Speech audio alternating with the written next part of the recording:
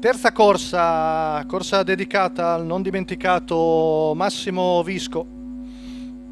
Sono in una categoria E, siamo in 11 al via dopo il ritiro di Terrific Peak, 1 Thomas Daghi, 2 Ulisse 3B, 3 Titanium Thor, 4 Verace Chio, 5 Osiris de Griff, 6 Patrick S, in seconda fila 7 Powell Jolly, 8 Ushuaia B, 9 Vivaldi, 10 Socrate Benal, 12 Procella Marina, l'errore di Thomas Daghi. Numero 1 Thomas Daghi squalificato. Scavalca Titanium Thor, poi vediamo all'esterno Osiride Griff al pari di Patrick AS.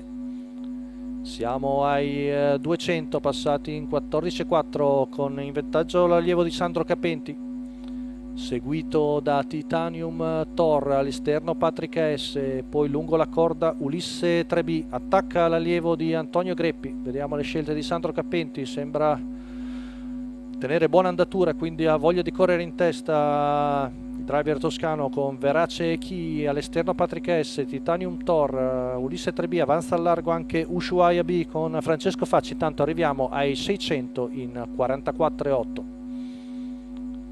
Numero 9 Vivaldi squalificato.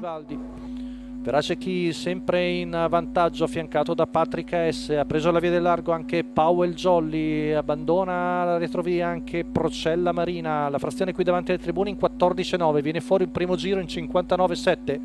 Sempre in vantaggio il figlio di Fromabo, attaccato da Patrick AS. Ushuaia B in posizione tattica vantaggiosa, il chilometro va via in 1,15 tondo tondo. Ora si mette in moto Ushuaia B e scatta in terza ruota al pari di Powell Jolly, mentre cede di schianto Titanium Thor.